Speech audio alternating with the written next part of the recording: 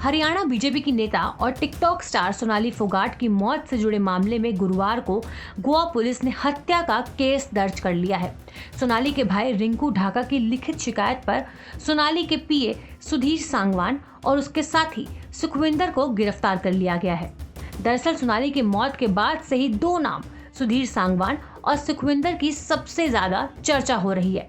इन दोनों पर ही सोनाली के भाई रिंकू ने दुष्कर्म और हत्या की लिखित शिकायत कर आरोप लगाए हैं। सोनाली फोगाट के परिवार वालों के लिखित शिकायत के बाद गोवा पुलिस ने हत्या का मामला दर्ज कर सुधीर सांगवान और सुखविंदर को गिरफ्तार किया है। चलिए आपको बताते हैं कि आखिर कौन है सुधीर सांगवान और सुखविंदर जिन पर सोनाली के मौत के आरोप लगे हैं और आखिर कैसे सोनाली से इनकी मुलाकात हुई। दरअसल सोनाली फोगाट की शादी हिसार में संजय फोगाट से हुई थी, लेकिन लगभग 6 साल पहले यानी कि साल 2016 में उनके पति की रहस्यमय स्थिति में मौत हो गई थी। इसके बाद सोनाली बीजेपी में शामिल हो गई, जिसके बाद साल 2019 में सोनाली की मुलाकात रोहतक के सुधीर सांगवान और भिवानी के सुखविंदर से बतौर कार्यकर्ता हुई थी, जिसके बाद धीरे धीरे सुधीर और सुखविंदर ने सोनाली फोगाट का विश्वास जीत लिया और उनके पीए के तौर पर काम करने लगे। सोनाली फोगाट की मौत की खबर जब आई, उसके कुछ देर बाद ही सोनाली की बहन ने ये कहा कि रात में सोनाली की बात उनकी मां से हुई थी, जिसमें सोनाली ये बात कह रही थी कि खाना खाने के बाद से कुछ अजीब महसूस हो रहा है।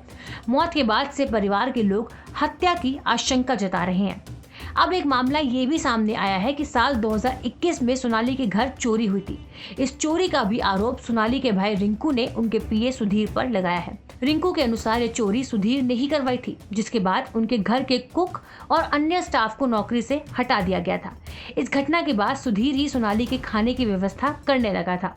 सोनाली के भाई रिंकू ने कहा कि सोनाली की सारी कागजी कार्रवाई सुधीर ही करता था और सोनाली के घर की चाबी, प्रॉपर्टी के पेपर्स और एटीएम कार्ड भी सुधीर के पास ही रहते थे। रिंकू के अनुसार सोनाली ने कहा था कि सुधीर अपने दोस्त सुखविंदर के साथ मिलकर कुछ भी गलत कर सकता है।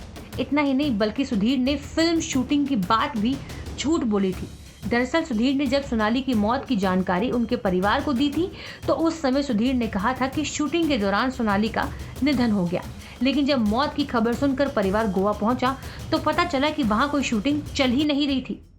सोनाली के भाई रिंकू ढाका ने यह भी आरोप लगाया है कि सुधीर ने सोनाली की संपत्ति हड़पने के लिए अपने दोस्त सुखविंदर के साथ मिलकर उसकी हत्या की है। फिलहाल इस मामले में तफ्तीश चल रही है। बाकी आपकी इस वीडियो पर क्या राय है, हमें कमेंट बॉक्स में जरूर बताइएगा। शुक्रिया।